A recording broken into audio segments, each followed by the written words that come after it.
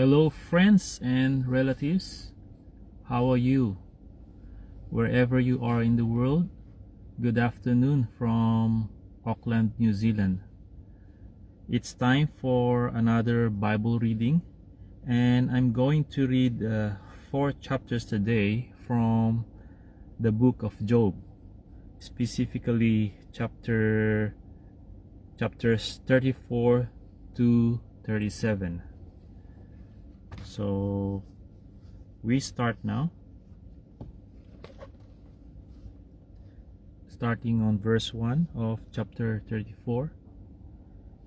Elihu further answered and said, "Hear my words, you wise men. Give ear to me, you who have knowledge. For the ear tests words as the palate taste food. Let us choose justice for ourselves. Let us know among ourselves what is good. For Job has said, I am righteous, but God has taken away my justice. Should I lie concerning my right? My wound is incurable, though I am without transgression. What man is like Job, who drinks scorn like water, who goes in company with the workers of iniquity, and walks with wicked men? For he has said, it profits a man nothing that he should delight in God. Therefore, listen to me, you men of understanding. Far be it from God to do wickedness, and from the Almighty to commit iniquity. For he repays man according to his work, and makes man to find a reward according to his way. Surely God will never do wickedly, nor will the Almighty pervert justice. Who gave him charge over the earth? Or who appointed him over the whole world? If he should set his heart on it, if he should gather to himself his spirit and his breath, all flesh should perish together, and man would return to dust. If you have understanding, hear this. Listen to the sound of my words. Should one who hates justice govern? Will you condemn him who is most just? Is it fitting to say to a king, you are worthless, and to the nobles, you are wicked? Yet he is not partial to princes, nor does he regard the rich more than the poor, for they are all the work of his hands. In a moment they die. In the middle of the night, the people are shaken and pass away. The mighty are taken away without a hand. For his eyes are on the ways of men, and he sees all his steps.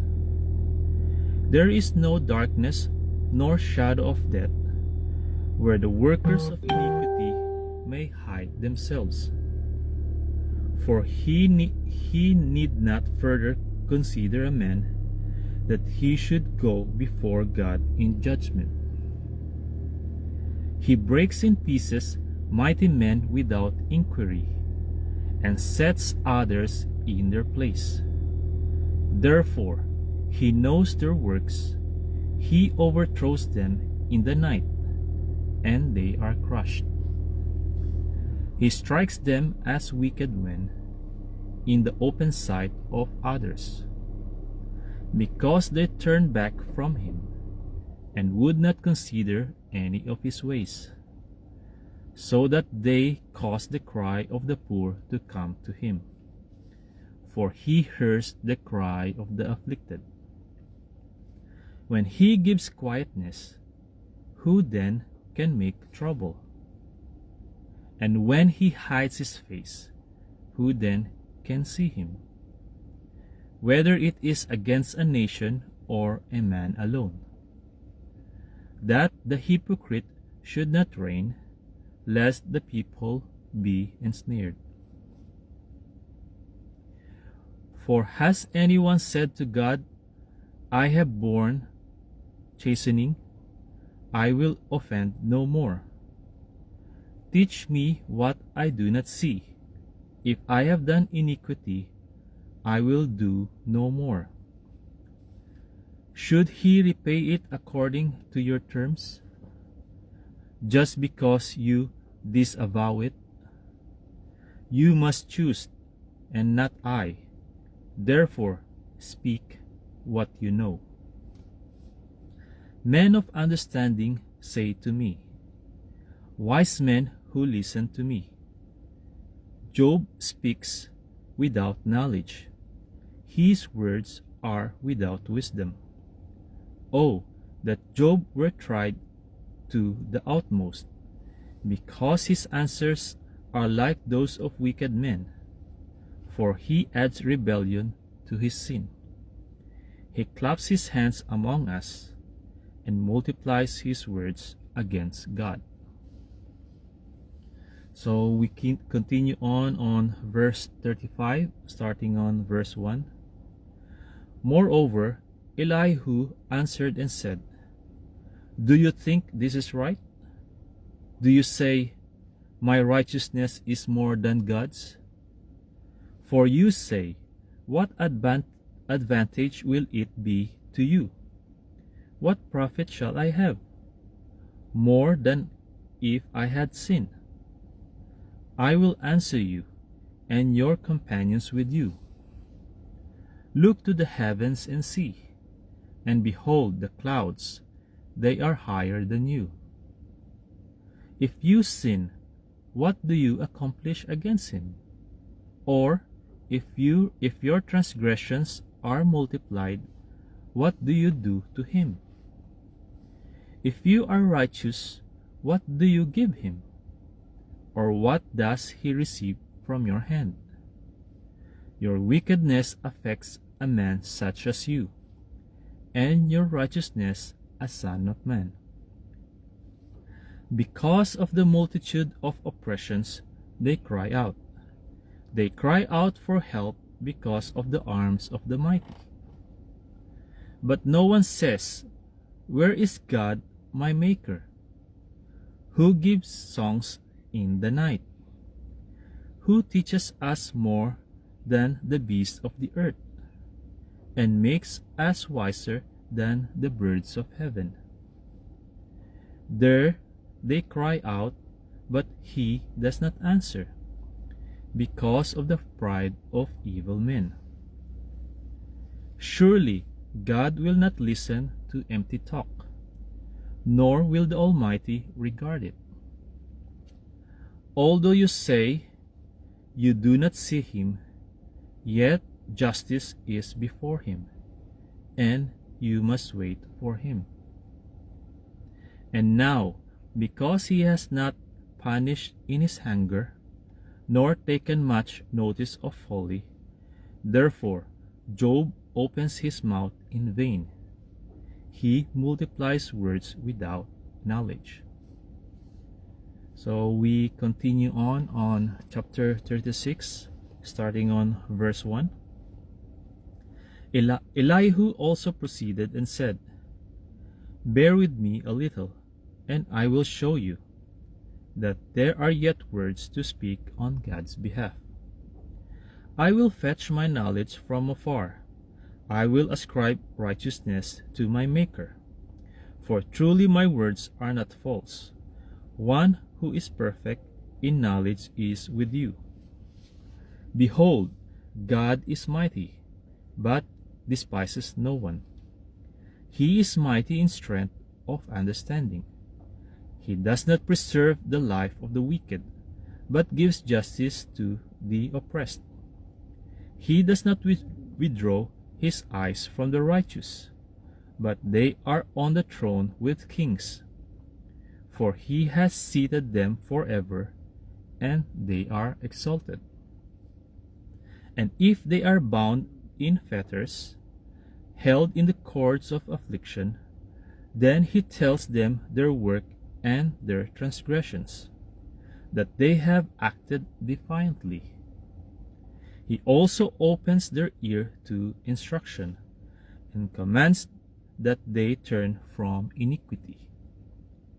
If they observe and serve him, they shall spend their days in prosperity, and their years in pleasures. But if they do not obey, they shall perish by the sword, and they shall die without knowledge. But the hypocrites in heart store up wrath. They do not cry for help when he binds them. They die in youth, and their life ends among the perverted persons. He delivers the poor in their affliction, and opens their ears in oppression. Indeed, he would have brought you out of dire distress, into a broad place where there is no restraint, and what is set on your table would be full of richness. But you are filled with the judgment due the wicked. Judgment and justice take hold of you. Because there is wrath, beware lest he take you away with one blow. For a large ransom would not help you avoid it. Will your riches or the mighty forces keep you from distress? Do not desire the night, when the people are cut off in their place. Take heed, do not turn to iniquity, for you have chosen this rather than affliction. Behold, God is exalted by his power. Who teaches like him? Who has assigned him his way, or who has said, you have done wrong? Remember to magnify his work, of which men have sung. Everyone has seen it. Man looks on it from afar. Behold, God is great, and we do not know him, nor can the number of his years be discovered. For he draws up drops of water, which distill as rain from the mist, which the clouds drop down and pour abundantly on men. Indeed, can anyone understand the spreading of clouds, the thunder from his canopy? Look, he scatters his light upon it, and covers the depths of the sea. For by this he judges the peoples. He gives food in abundance.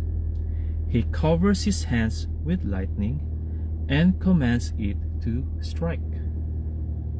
His thunder declares it, the cattle also concerning the rising storm. So we finish chapter 36, and we carry on chapter 37, starting on verse 1. At this also my heart trembles, and leaps from its place. Hear attentively the thunder of his voice, and the rumbling that comes from his mouth. He sends it forth under the whole heaven, his lightning to the ends of the earth. After it a voice roars. He thunders with his majestic voice, and he does not restrain them when his voice is heard. God thunders marvelously with his voice. He does great things which we cannot comprehend. For he says to the snow, fall on the earth, likewise to the gentle rain and the heavy rain of his strength. He seals the hand of every man, that all men may know his work. The beasts go into dens and remain in their lairs. For the chamber of the south comes the whirlwind, and cold from the scattering winds of the north. By the breath of God ice is given, and the broad waters are frozen. Also with moisture he saturates the thick clouds.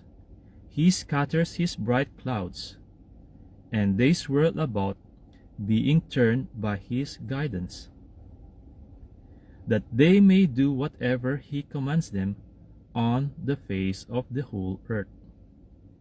He causes it to come, whether for correction, or for his land, or for mercy. Listen to this, O Job. Stand still and consider the wondrous works of God. Do you know when God dispatches them and causes the light of his cloud to shine?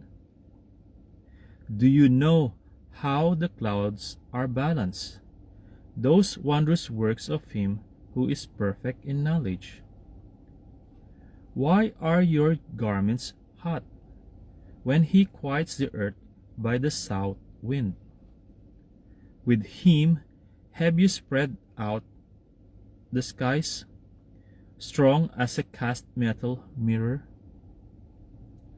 Teach us what we should say to him, for we can prepare nothing because of the darkness. Should he be told that I wish to speak? If a man were to speak, surely he would be swallowed up. Even now, men cannot look at the light when it is bright in the skies, when the wind has passed and cleared them. He comes from the north as golden splendor, with God is awesome majesty. As for the Almighty, we cannot find him. He is excellent in power, in judgment and abundant justice. He does not oppress. Therefore, men fear him. He shows no partiality to any who are wise of heart. Okay, friends and relatives, that's all for now.